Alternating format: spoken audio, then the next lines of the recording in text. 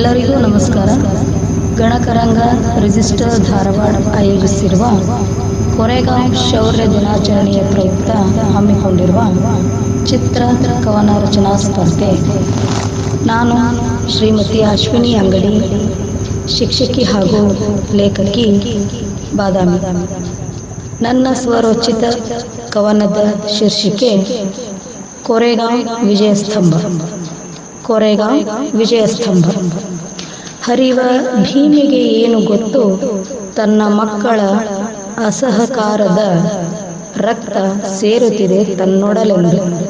ಹರಿವ ಭೀಮೆಗೆ ಏನು ಗೊತ್ತು, ತನ್ನ ಮಕ್ಕಳ ಅಸಹಕಾರದ ರಕ್ತ ಸೇರುತ್ತಿದೆ ತನ್ನೊಡಲೆಂದು.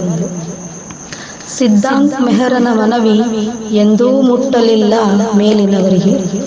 ಸಿದ್ಧಾಂತ್ ಮೆಹರ್ನವರ ಮನವಿ ಎಂದೂ ಮುಟ್ಟಲಿಲ್ಲ ಮೇಲಿನವರಿಗೆ.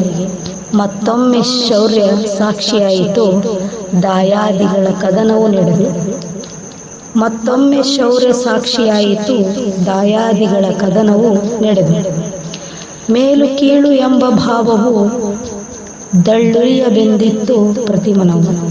ಮೇಲು ಕೀಳು ಎಂಬ ಭಾವವು ದಳ್ಳುರಿಯಬೆಂದಿತ್ತು ಪ್ರತಿಮನವು. ಪ್ರತಿಷ್ಠೆಯ ಪರಾಕಾಷ್ಠತೆಯು ಸಹೋದರ ಸಹಬಾಳ್ವೆಯ ಬಲಿ ಪಡೆದಿತ್ತು. ಆ ರಣರಂಗವು ಗತವೈಭವದ ಕುರುಕ್ಷೇತ್ರವ ಮತ್ತೆ ನೆನಪಿಸಿತ್ತು. ಆ ರಣರಂಗವು ಗತವೈಭವದ ಕುರುಕ್ಷೇತ್ರವ ಮತ್ತೆ ನೆನಪಿಸಿತ್ತು. ಬ್ರಿಟಿಷರ ಶಕುನಿತನವು, ಕುಟಿಲವಹನಿಯು ಎಲ್ಲ ಕಡೆ ಹರಡಿತ್ತು. ಬ್ರಿಟಿಷರ ಶಕುನಿತನವು, ಕುಟಿಲವಹನಿಯು ಎಲ್ಲ ಕಡೆ ಹರಡಿತ್ತು.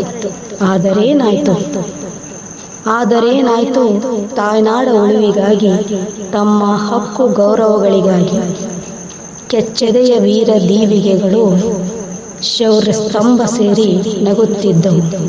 ಕೆಚ್ಚೆದೆಯ ಧೀರ ದೀವಿಗೆಗಳು ಶೌರ್ಯ ಸ್ತಂಭವ ಸೇರಿ ನಗುತ್ತಿದ್ದವು.